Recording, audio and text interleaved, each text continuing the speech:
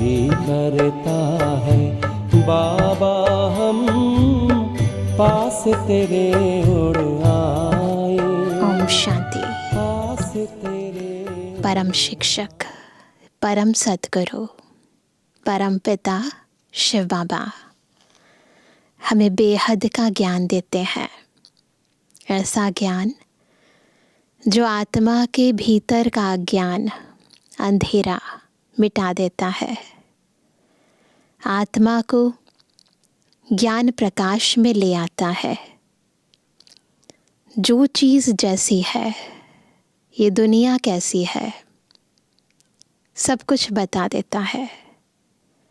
और सबसे मूल बात, ये शिक्षा न केवल इस जन्म में अपितु जन्म जन्म के लिए हमें राज्य भाग्य का अधिकारी बना देती है।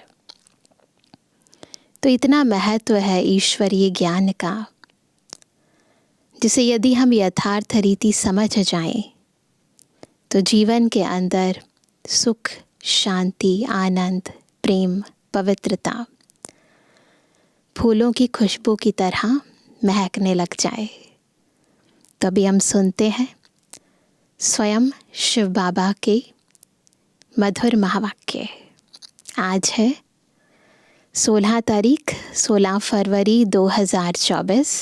बाबा के महावाक्य हैं, मीठे बच्चे अब अशरीरी होकर घर जाना है।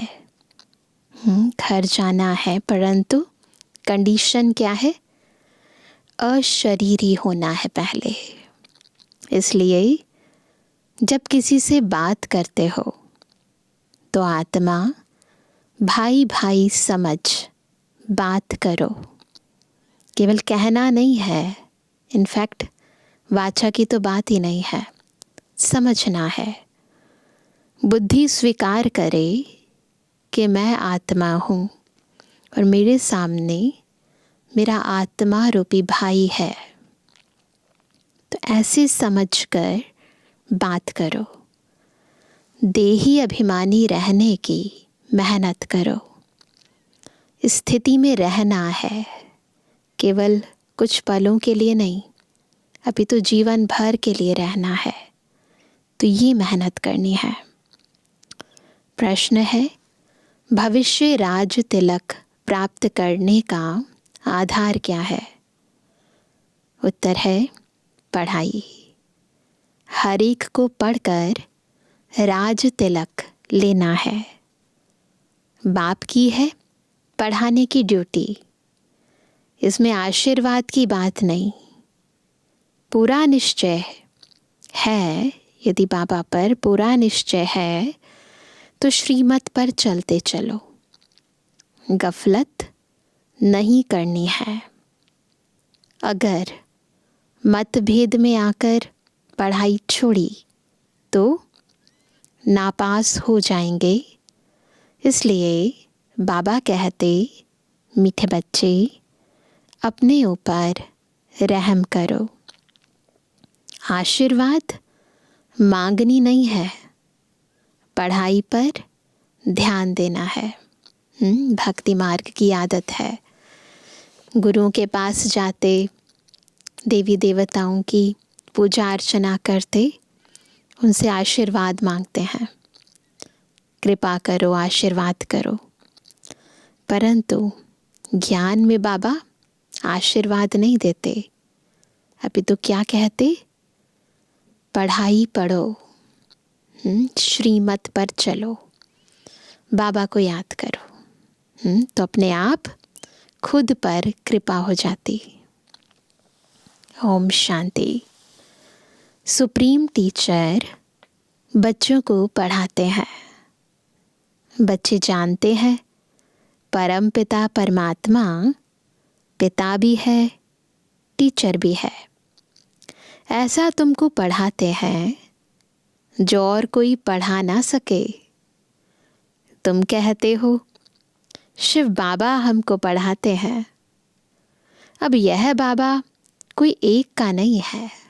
दुनिया में कहेंगे ये मेरे पापा है, दूसरा व्यक्ति नहीं कहेगा, परंतु शिव बाबा सबका बाबा है। तो बाबा कहते हैं मन मना भव मध्याजी भव। इसका अर्थ समझाते हैं, मुझे याद करो। बच्चे तो अब समझदार हुए हैं। बेहद का बाप कहते हैं, तुम्हारा वर्षा तो है ही, यह कभी भूलना नहीं चाहिए। बाप आत्माओं से ही बात करते हैं। अभी तुम जीवात्माएं हो ना, बात कर रहे हैं तो आत्माओं से तो बात कर रहे हैं, परंतु आत्मा भी इस शरीर में है ना। बेहद का बाप भी निराकार है। तुम जानते हो, इस तन द्वारा वह हमको पढ़ा रहे हैं। और कोई ऐसे नहीं समझेंगे। स्कूल में टीचर पढ़ाते हैं तो कहेंगे लौकिक टीचर लौकिक बच्चों को पढ़ाते हैं। यह है पारलौकिक सुप्रीम टीचर जो पारलौकिक बच्चों को पढ़ाते हैं। तुम भी परलोक मूल वतन के निवासी हो। बाप भी परलोक में रहते हैं। बाप कहते हैं हम भी शांति धाम के निवासी हैं और तुम भी वहाँ के ही निवासी हो। हम दोनों एक धाम के रहवासी हैं। तुम अपने को आत्मा समझो। मैं परम आत्मा हूँ। अभी तुम यहाँ पाठ बजा रहे हो। पाठ बजाते बजाते तुम अभी पतित बन गए हो। 84 जन्म पूरे होने वाले हैं और इतने जन्मों में हमने कितने पाठ बजाए। ये 84वां पाठ बजा रहे हैं, परंतु बजाते बजाते आत्मा कितनी पतित हो गई। यह सारा बेहद का मांडवा है जिसमें खेल होता है। ये एक बहुत बड़ा रंगमंच है जहाँ ये बेहद का नाटक चल रहा है। यह सारी सृष्टि कर्म क्षेत्र है। इसमें खेल हो रहा है। यह भी सिर्फ तुम ही जानते हो कि यह बेहद का खेल है। इसमें दिन और रात भी होते हैं। सूर्य और चांद कितनी बेहद की रोशनी देते हैं। यह है बेहद की बात। अभी तुमको ज्ञान भी है। रचता ही आकर रचता और रचना के आदि मध्य अंत का परिचय देते हैं। बाप कहते हैं तुमको रचना के आदि मध्य अंत का राज सुनाने आया हूँ। यह पाठशाला है। पढ़ाने वाला अभोक्ता है। ऐसे कोई नहीं कहेंगे कि हम अभोक्ता है। इस दुनिया में कोई भी ऐसा इंसान नहीं है जो कोई चीज़ भोगता नहीं हो। तो यहाँ पर तो कोई अभोक्ता नहीं है। अहमदाबाद में एक साधु ऐसे कहता था, परंतु बाद में ठगी पकड़ी गई। ऐसे बहुत होते हैं। इस समय ठगी भी बहुत निकल पड़ी है। वेशधारी बहुत है। इनको तो कोई वेश है नहीं। ब्रह्मा बाबा को कोई वेश नहीं है। मनुष्य समझते हैं श्री कृष्ण ने गीता सुनाई तो आजकल कितने श्री कृष्ण बन पड़े हैं। भक्ति भी अपनी तम प्रधानता पर आ गई है। तो लोग खुद को ही भगवान समझ लेते हैं, खुद को ही देवता समझ लेते हैं। तो बाबा कहते हैं अब इतने श्री कृष्ण तो होते नहीं। यहाँ तो तुमको शिव बाबा आकर पढ़ाते हैं, आत्माओं को सुनाते हैं। तुमको बार बार कहा गया है कि अपने को आत्मा समझ। सभी अपनी सोल कॉन्शियस स्टेज में स्थित हो जाएंगे। अपने को आत्मा समझ भाई भाई को सुनाओ। बुद्धि में रहे बाबा की नॉलेज हम भाइयों को सुनाते हैं। मेल अथवा फीमेल दोनों भाई भाई हैं, इसलिए बाप कहते हैं तुम सब मेरे वर्षे के हकदार हो। इसमें मेल फीमेल वाली बात नहीं है, परंतु सब आत्माएं बाबा के वर्षे की हकदार हैं। वैसे फीमेल को वर्षा नहीं मिलता है, उस टाइम पर ऐसा कोई रोल नहीं आया था, परंतु आजकल तो मिलता है, क्योंकि उनको ससुर घर जाना है। यहाँ तो है ही सब आत्माएं अशरीरी होकर जाना है घर। अभी जो तुमको ज्ञान रत्न मिलते हैं, यह अविनाशी रत्न बन जाते हैं। आत्मा ही ज्ञान का सागर बनती है ना, आत्मा ही सब कुछ करती है। परंतु मनुष्यों को देह अभिमान होने के कारण देही अभिमानी बनते नहीं हैं। अब तुमको देही अभिमानी बन एक बाप को याद करना है। देही अभिमानी, पहली चीज़ मैं देह को धारण करने वाली देही हूँ, देह को चलाने वाली। फिर अभिमानी भी हूँ। अभिमान यह है आत्मा का अभिमान, यानी आत्मा के स्वमान। तो स्वमान के साथ स्वयं को याद करो। मैं मास्टर सर्वशक्तिमान हूँ, मैं मास्टर विश्व कल्याणकारी हूँ।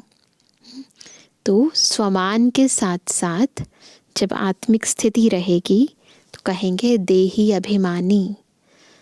तो अब तुमको देही अभिमानी बन एक बाप को याद करना है। कुछ तो मेहनत चाहिए ना। लौकिक गुरु को कितना याद करते हैं, मूर्ति रख देते हैं। अब कहाँ शिव का चित्र, कहाँ मनुष्य का चित्र, रात दिन का फर्क है। वह गुरु का फोटो पहन लेते हैं। पति लोगों को अच्छा नहीं लगता कि दूसरों का फोटो पहने, अपने गुरु की लॉकेट बनाकर गले में पहन लेते हैं। हाँ, शिव का पहनेंगे तो वह सबको अच्छा लगेगा, क्योंकि वह तो परम पिता है ना, उनका चित्र तो होना चाहिए। यह है गले का हार बनाने वाला। शिव बाबा है ना, गले का हार बनाने वाला, इसलिए लोग शिव बाबा का लॉकेट अपने गले में पहन लेते हैं। तुम रुद्रमाला का मोती बनेंगे। यूँ तो सारी दुनिया रुद्रमाला भी है, प्रजापिता ब्रह्मा की माला भी है, उनकी वंशावली है ना। ऊपर में सिजरा है, वह है हद का सिजरा। दुनिया के अंदर हद का सिजरा, और ये है बेहद का। जो भी मनुष्य मात्र हैं सबकी माला है। आत्मा कितनी छोटे से छोटी बिंदी है, बिल्कुल छोटी बिंदी है। ऐसे ऐसे बिंदी देते जाओ, बिंदी देते जाओ तो अनगिनत हो जाएगी। गिनती करते करते थक जाएंगे। परंतु देखो आत्मा का झाड़ कितना छोटा है। ऊपर परम धाम में आत्माओं का झाड़ कितना छोटा होगा। छोटी छोटी बिंदी है ना, वहाँ पर कैसे छोटी सी जगह पर सब एक साथ इकट्ठे। तो बाबा कहते कि आत्मा का झाड़ कितना छोटा है। ब्रह्म तत्व में बहुत थोड़ी जगह में रहती हैं, वह फिर यहाँ आती हैं पाठ बजाने। तो यहाँ फिर कितनी लंबी चौड़ी दुनिया है। इतनी सी आत्मा, फिर उसका इतना बड़ा शरीर, फिर वो भी बढ़ता जाता है उम्र के साथ साथ। फिर उस शरीर के कितना सारा सामान होता है। तो बड़ा घर होता है, गाड़ी होती है, कितनी सारी चीज़ें होती हैं एक छोटी सी आत्मा के लिए। और ऊपर तो बस छोटी सी आत्मा है, बिंदु रूप है। वहाँ कोई इतना बड़ा विस्तार नहीं है। यहाँ पर तो आत्मा बहुत बड़ा विस्तार कर लेती है। तो बाबा कहते हैं कि यहाँ आती है पाठ बजाने, तो फिर यहाँ कितनी लंबी चौड़ी दुनिया है, कहाँ कहाँ एरोप्लेन में जाते हैं। वहाँ फिर परम धाम में एरोप्लेन की ज़रूरत है? वहाँ फिर एरोप्लेन आदि की दरकार नहीं। आत्माओं का छोटा सा झाड़ है। यहाँ मनुष्यों का कितना बड़ा झाड़ है। यह सब है प्रजापिता ब्रह्मा की संतान, जिसको कोई एडम, कोई आदिदेव कहते हैं। मेल फीमेल तो ज़रूर है। तुम्हारा है प्रवृत्ति मार्ग, निवृत्ति मार्ग का खेल होता नहीं। एक हाथ से क्या होगा, दोनों हाथ चाहिए ना, दोनों पहिए चाहिए।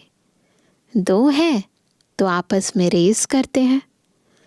दूसरा पहिया साथ नहीं देता है तो ढीले पड़ जाते हैं। ये प्रवृत्ति मार्ग की बात बाबा कह रहे हैं कि अगर दोनों युगल में से एक भी ठीक ढंग से नहीं चलता है तो फिर दूसरा भी ढीला पड़ जाता है। परंतु एक के कारण ठहर नहीं जाना चाहिए। पहले पहले पवित्र प्रवृत्ति मार्ग था, फिर होता है अपवित्र, गिरते ही जाते हैं। तुम्हारी बुद्धि में सारा ज्ञान है। यह झाड़ कैसे बढ़ता है, कैसे एडिशन होती जाती है, ऐसा झाड़ कोई निकाल ना सके। कोई की बुद्धि में रचता और रचना के आदि मध्य अंत का नॉलेज है ही नहीं। इसलिए बाबा ने कहा था यह लिखो, क्या कि हमने रचता द्वारा रचना और रचता के रचता द्वारा रचता और रचना की नॉलेज का अंत पाया है ना। क्रिएटर क्या है, क्रिएशन क्या है, ये पूरा ज्ञान हमने खुद क्रिएटर से पाया है। वह तो न रचता को जानते न रचना को। अगर परंपरा यह ज्ञान चला आता, ये जो बाबा हमें ज्ञान दे रहे हैं, अगर ये परंपरा से चला आता तो कोई बतावे ना, कहीं तो लिखा होता ना, कोई तो बताता ना। सिवाय तुम ब्रह्मा कुमार कुमारियों के कोई बता ना सके। तुम जानते हो हम ब्राह्मणों को ही परमपिता परमात्मा पढ़ाते हैं। हम ब्राह्मणों का ही ऊंचे ते ऊंचा धर्म है। चित्र भी ज़रूर दिखाना पड़ता है। चित्र बगैर कब बुद्धि में बैठेगा नहीं। चित्र बहुत बड़े बड़े होने चाहिए। वैरायटी धर्मों का झाड़ कैसे बढ़ता है यह भी समझाया है। आगे तो कहते थे हम आत्मा सु परमात्मा, परमात्मा सु हम आत्मा। ऐसे कहते थे ना, हम सो हम, यानी आत्मा सो परमात्मा, परमात्मा सो आत्मा। तो बाबा कहते हैं अब बाप ने इसका भी अर्थ बताया है। इस समय हम सो क्षत्रिय हैं, फिर हम सो देवता बनेंगे नई दुनिया में। अभी हम पुरुषोत्तम संगम युग पर हैं, अर्थात यह है पुरुषोत्तम बनने का संगम युग। यह सब तुम समझा सकते हो। रचता और रचना का अर्थ, हमसो का अर्थ। ओम अर्थात मैं आत्मा फर्स्ट, फिर यह शरीर है, यानी मैं आत्मा, मेरा शरीर। आत्मा अविनाशी और यह शरीर विनाशी है।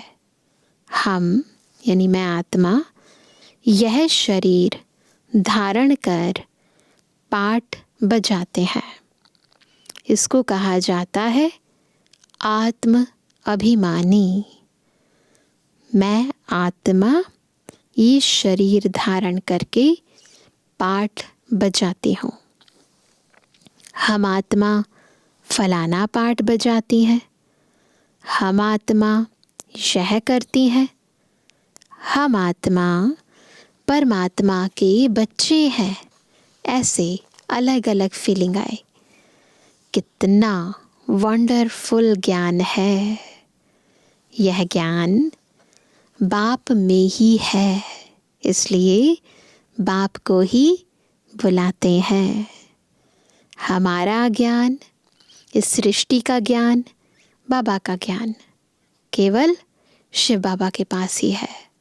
इसलिए हम ज्ञान के सागर शिव बाबा को बुलाते हैं। बाप है ज्ञान का सागर। उनकी भेंट में फिर है बिल्कुल कंट्रास्ट। अज्ञान के सागर, आधा कल्प है ज्ञान, आधा कल्प है अज्ञान। ज्ञान का किसको पता ही नहीं है। ज्ञान कहा जाता है रचता द्वारा रचना को जानना। ज्ञान क्या है? क्रिएटर द्वारा क्रिएशन को जानना। तो ज़रूर रचता में ही ज्ञान है ना, इसलिए उनको क्रिएटर कहा जाता है। मनुष्य समझते हैं क्रिएटर ने यह रचना रची है।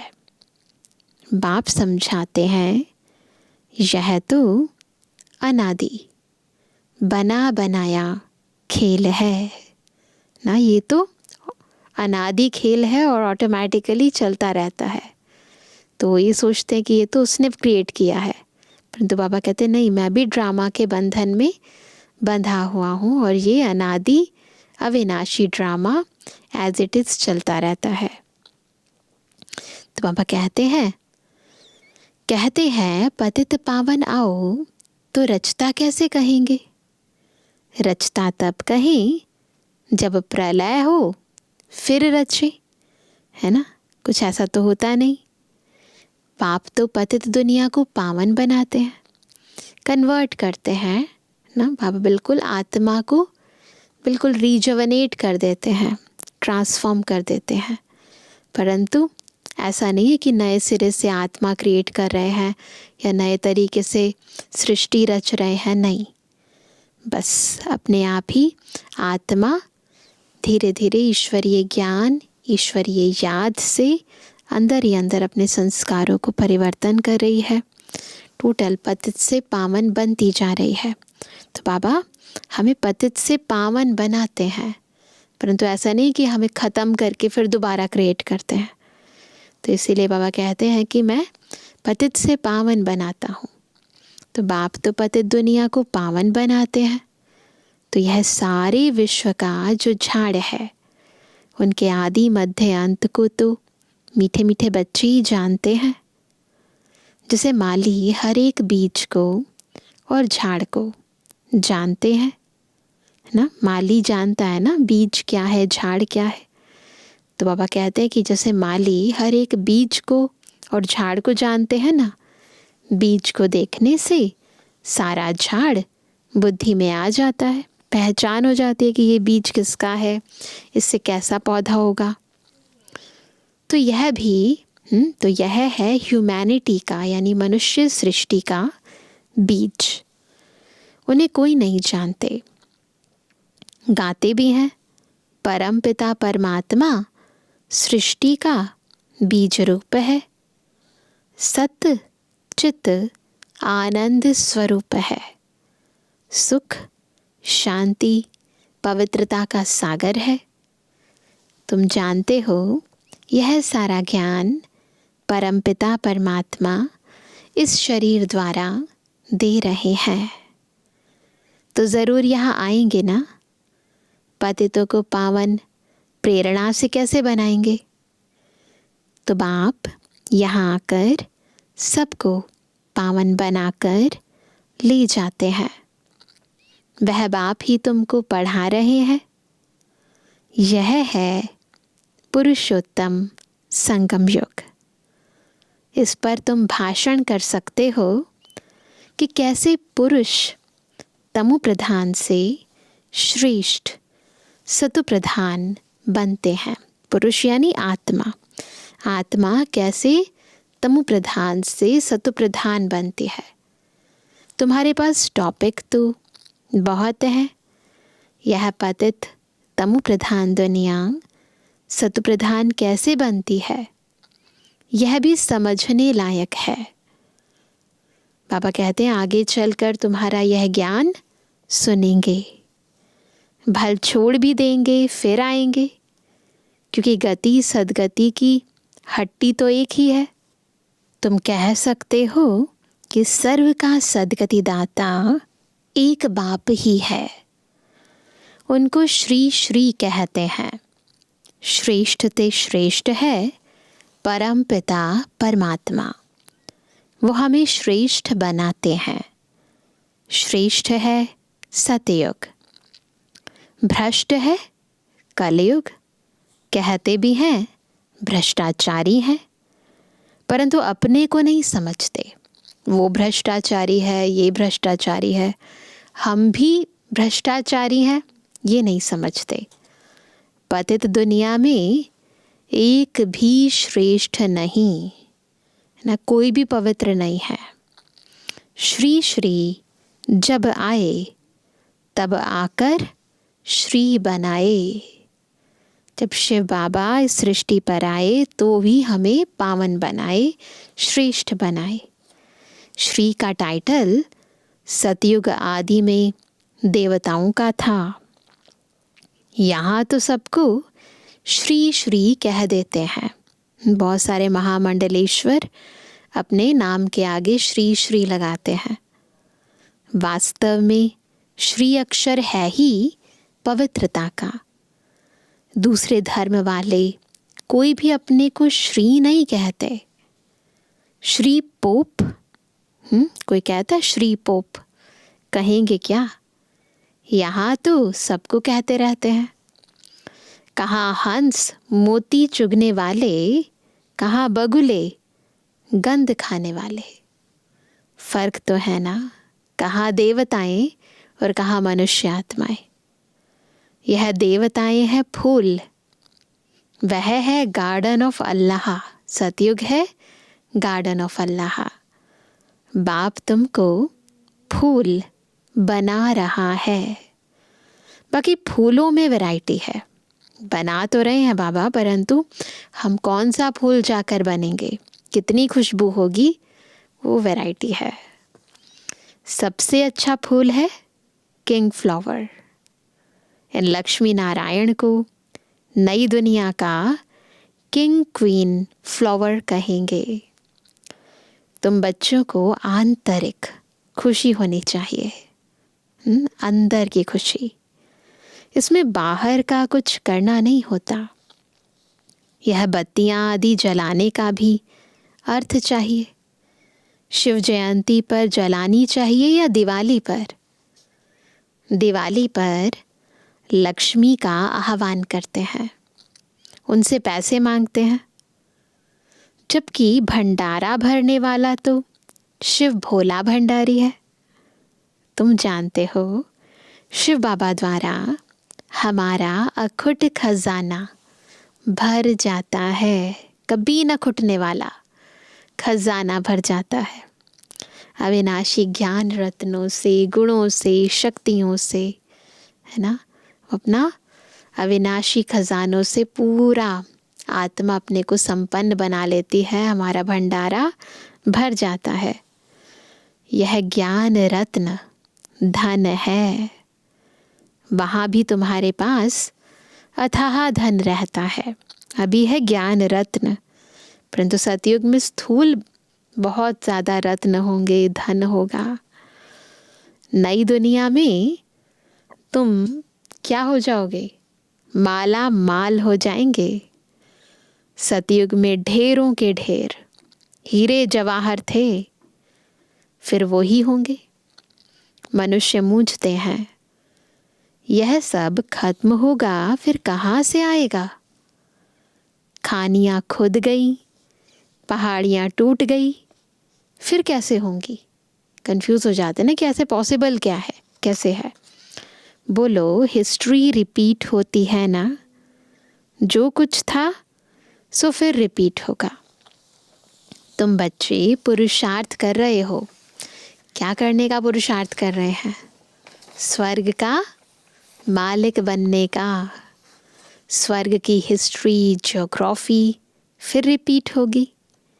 गीत में है ना, आपने सारी सृष्टि, सारा समुद्र, सारी पृथ्वी हमको दे दी है, जो कोई हमसे छीन नहीं सकता। उसकी भेंट में अब क्या है? ज़मीन के लिए, पानी के लिए, भाषा के लिए लड़ते हैं, है ना? कितनी कमी हो गई है। कहाँ तो सब कुछ हमारा था। स्वर्ग के रचता बाबा का जन्म मनाया जाता है। शिवरात्रि आने वाली है ना, ज़रूर उसने स्वर्ग की बादशाही दी होगी। अब तुमको बाप पढ़ा रहे हैं।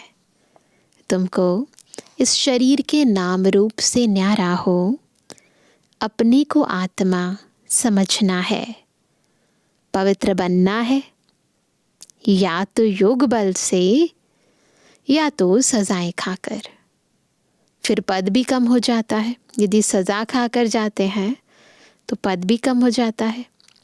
स्टूडेंट की बुद्धि में रहता है ना, हम इतना मर्तबा पाते हैं, टीचर ने इतना पढ़ाया है, फिर टीचर को भी सौगात देते हैं। कोई अच्छी पोजीशन से पास होता है तो फिर टीचर को भी सौगात देते हैं। यह तो बाप तुमको विश्व का मालिक बनाते हैं, तो तुम फिर भक्ति मार्ग में उनको याद करते रहते हो। बाबा के मंदिर बनाते हैं, पूजा करते हैं, महिमा करते हैं, व्रत रखते हैं। बाकी बाप को आप सौगात क्या देंगे? वहाँ पर तो स्कूल में टीचर को सौगात देते हैं, परंतु यहाँ शिव बाबा को क्या सौगात देंगे? यहाँ तो जो कुछ देखते हो वह तो रहना नहीं है, सब चीज़ें विनाशी हैं। तो बाबा कहते यह तो पुरानी छीछी दुनिया है, तब तुम मुझे बुलाते हो। बाप तुमको पतित से पावन बनाते हैं। इस खेल को याद करना चाहिए। मेरे में रचना के आदि मध्य अंत की नॉलेज है जो तुमको सुनाता हूँ। तुम अब सुनते हो, फिर क्या होता है? फिर भूल जाते हो। 5000 वर्ष के बाद फिर चक्र पूरा होगा। तुम्हारा पार्ट कितना लवली है। तुम सतो प्रधान व लवली बनते हो, फिर तमो प्रधान भी तुम ही बनते हो। तुम ही बुलाते हो, बाबा आओ, अब मैं आया हूँ। अगर निश्चय है तो श्रीमत पर चलना चाहिए, है ना? जो श्रीमत पर हम चलते हैं, कम चलते हैं या नहीं चलते हैं, उसका आधार है निश्चय, है ना? अगर पूरा निश्चय है तो पूरा चलेंगे, कम निश्चय है तो कम चलेंगे। गफलत नहीं करनी चाहिए। कई बच्चे मतभेद में आकर पढ़ाई छोड़ देते हैं। श्रीमत पर नहीं चलेंगे, पढ़ेंगे नहीं तो नापास भी तुम ही होंगे। बाप तो कहते हैं अपने पर रहम करो। हर एक को पढ़कर अपने को राज तिलक देना है। बाप को तो है पढ़ाने की ड्यूटी। बाप की ड्यूटी है पढ़ाने की, इसमें आशीर्वाद की बात नहीं। फिर तो सभी पर आशीर्वाद करनी पड़े। अगर बाबा आशीर्वाद करे तो सभी पर करनी पड़े ना। बाबा के तो सब बच्चे हैं और बराबर हैं। यह कृपा आदि भक्ति मार्ग में मांगते हैं, यहाँ वह बात नहीं। अच्छा, हम इस मित्र शिकलते बच्चों पर माता पिता का याद, प्यार और गुड मॉर्निंग। रूहानी बच्चों की रूहानी बाप दादा को गुड मॉर्निंग, नमस्ते नमस्ते नमस्ते। धारणा के लिए मुख्य सार। पहला, प्रवृत्ति में रहते आपस में रेस करनी है, परंतु अगर किसी कारण से एक पहिया ढीला पड़ जाता है तो उसके पीछे ठहर नहीं जाना है। स्वयं को राज तिलक देने के लायक बनाना है। दूसरा, शिव जयंती बड़ी धूमधाम से मनानी है, क्योंकि शिव बाबा जो ज्ञान रत्न देते हैं उससे ही तुम नई दुनिया में माला माल बनेंगे। तुम्हारे सब भंडारे भरपूर हो जाएंगे। वरदान है, बाप से शक्ति लेकर हर परिस्थिति को हल करने वाले साक्षी दृष्टा भव। साक्षी दृष्टा कैसे बनेंगे? जब बाबा से शक्ति लेकर हर परिस्थिति को हल करेंगे। आप बच्चे जानते हो कि अति के बाद ही अंत होना है, तो हर प्रकार की हलचल अति में होगी। परिवार में भी खिटखिट होगी, मन में भी अनेक उलझने आएंगी, धन भी नीचे ऊपर होगा, लेकिन जो बाप के साथी हैं, सच्चे हैं, उनका जवाबदार बाप है। ऐसे समय पर मन बाप की तरफ हो तो निर्णय शक्ति से सब पार कर लेंगे। साक्षी दृष्टा हो जाओ तो बाप की शक्ति से हर परिस्थिति को सहज हल कर लेंगे। तो दो चीज़ें, बाबा की याद रहे और साक्षी दृष्टा। तो कैसी भी प्रॉब्लम होगी बाहर, चाहे प्रकृति की होगी, चाहे अपने अंदर के स्वभाव संस्कार की होगी, हर प्रकार के हलचल का सामना कर लेंगे। बाबा की याद रहे और बिल्कुल साक्षी होकर खेल देखते रहो। स्लोगन है, अब सब किनारे छोड़ घर चलने की तैयारी करो। क्या करना है? सारे किनारे छोड़ देने हैं। अच्छा, आज सभी क्या होमवर्क करेंगे? बाबा ने बार बार कहा, देही अभिमानी और आत्मा अभिमानी, इन दोनों स्थितियों का हम अभ्यास करेंगे। जब हम योग में बैठेंगे तो आत्मा अभिमानी, अपने को आत्मा समझकर और फिर अपने स्वमानों को स्मृति में रखकर उस स्थिति का अभ्यास करेंगे। लेकिन जब हम कर्म कर रहे हैं, एक दूसरे के साथ संबंध संपर्क में आ रहे हैं, तो देही अभिमानी, देह को चलाने वाली मैं आत्मा, पर मैं भी आत्मा कौन सी हूँ? मास्टर सर्वशक्तिमान हूँ, मास्टर दुख हरता सुख करता हूँ। तो स्वमान का अभ्यास करेंगे, परंतु फिर कर्म भी साथ साथ करेंगे उस स्थिति में स्थित होकर। तो इन दोनों स्थितियों का हम कर्म करते और कर्म से न्यारे होकर दोनों स्थितियों में अभ्यास करेंगे। अच्छा, ओम शांति।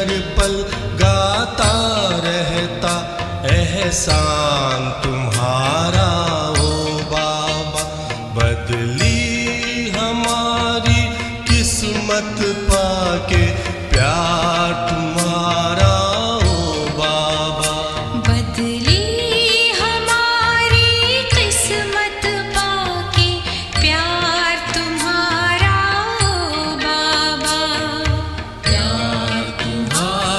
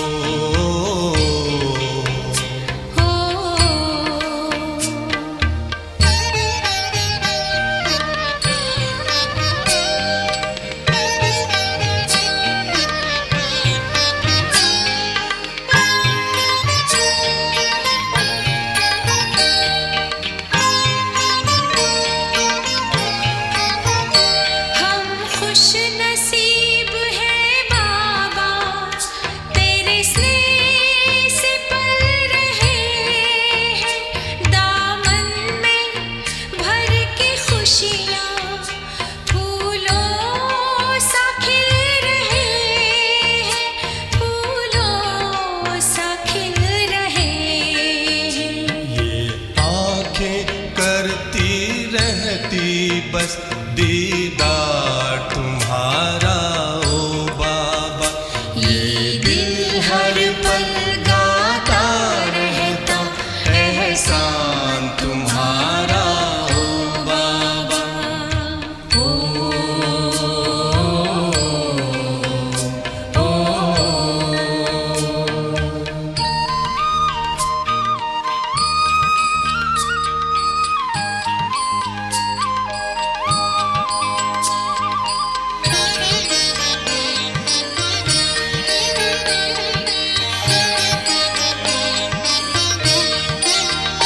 मिलता असीम सुख मन को बस तेरी ही यादों में।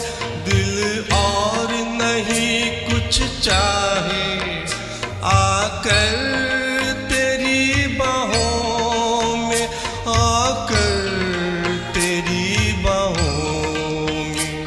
अब तो तुझ पर बलिहार है जीवन ये सारा ओ बाबा। ये दिल हर पल गाता रहता एहसान तुम्हारा ओ बाबा।